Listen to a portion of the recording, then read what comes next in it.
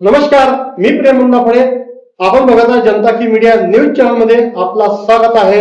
आज बघूया एक नजर.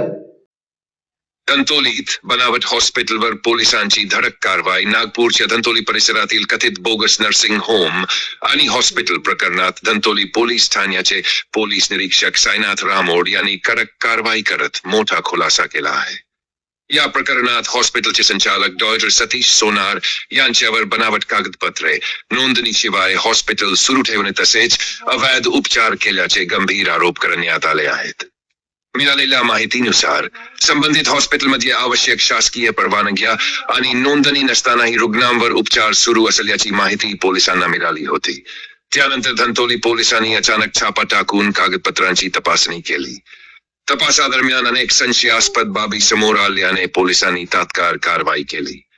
या कारवाईमुळे परिसरात खबर उडाली असून नागरिकांच्या जीवाशी खेळ करणाऱ्यांवर कठोर कारवाई करण्याची मागणी जोर धरत आहे. पोलीस निरीक्षक साईनाथ रामोड यांनी सांगितले की कायद्याचे उल्लंघन करून नागरिकांच्या आरोग्याशी खेळ करणाऱ्यांना कोणतीही सूट दिली जाणार नाही. या प्रकरणाचा पुढील तपास धंतोली पोलीस करत असून आणखी धक्कादायक माहिती समोर येण्याची शक्यता व्यक्त केली जात आहे. धंतोली क्षेत्रामध्ये आपण काय त्यांच्यावर काय कारवाई करण्यात आली, काय सांगत? निखिल कुठले नावाच्या व्यक्तींनी संचालक आरोग्य विभाग यांच्याकडे तसेच वैद्यकीय अधिकारी महानगरपालिका नागपूर यांच्याकडे तक्रार केली होती की सतीश सोनारी नावाचे डॉक्टर आहे बोगस दवाखाना चालवत आहे. त्यावरून वैद्यकीय अधिकारी महानगरपालिका नागपूर यांनी नरेंद्र भैरवाल यांच्या अध्यक्षतेखाली चौकशी समिती नेमली होती.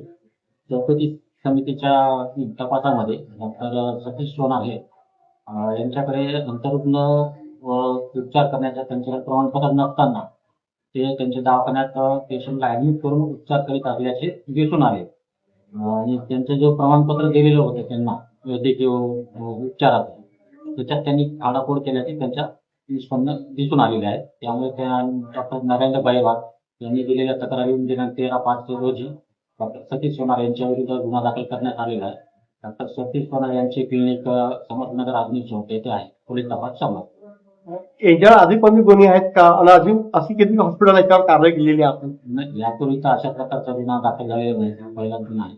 त्यांचे डॉक्टर आहेत MBBS MS आहेत ते, त्यांना ओपीडी पेशंट तपासण्याचे प्रमाणपत्र होते, पण त्यात त्यांनी त्यांच्याकडे रुग्णांना ऍडमिट करून उपचार करण्याचे अधिकार आहेत असे दाखवून त्यांनी रुग्णांना उपचार केले आहेत. काही रुग्णांना काही जीवाची हानी झालेली आहे का आपल्याला काय वाटत? असं काय आढळले असते? नाही, तसं काही झालं नाही. ही घटना 2014 ते 17 आणि 17 ते 24 पर्यंत आहे. त्या दरम्यान त्यांनी दवाखाना ओपीडी असताना पेशंट ऍडमिट करून चालवलेला. आता आपण त्या हॉस्पिटलमध्ये त्यांच्यावर काय आपण कारवाई करणार? ती कारवाई त्यांचं प्रमाणपत्र ते रद्द झालेलंच आहे आणि पुढील तपास चालू आहे. परत त्यांना जर हॉस्पिटल ओपन केलं त्यांच्याकडे काही प्रूफ नसल्यामुळे आपण नाही, आता नाही ना.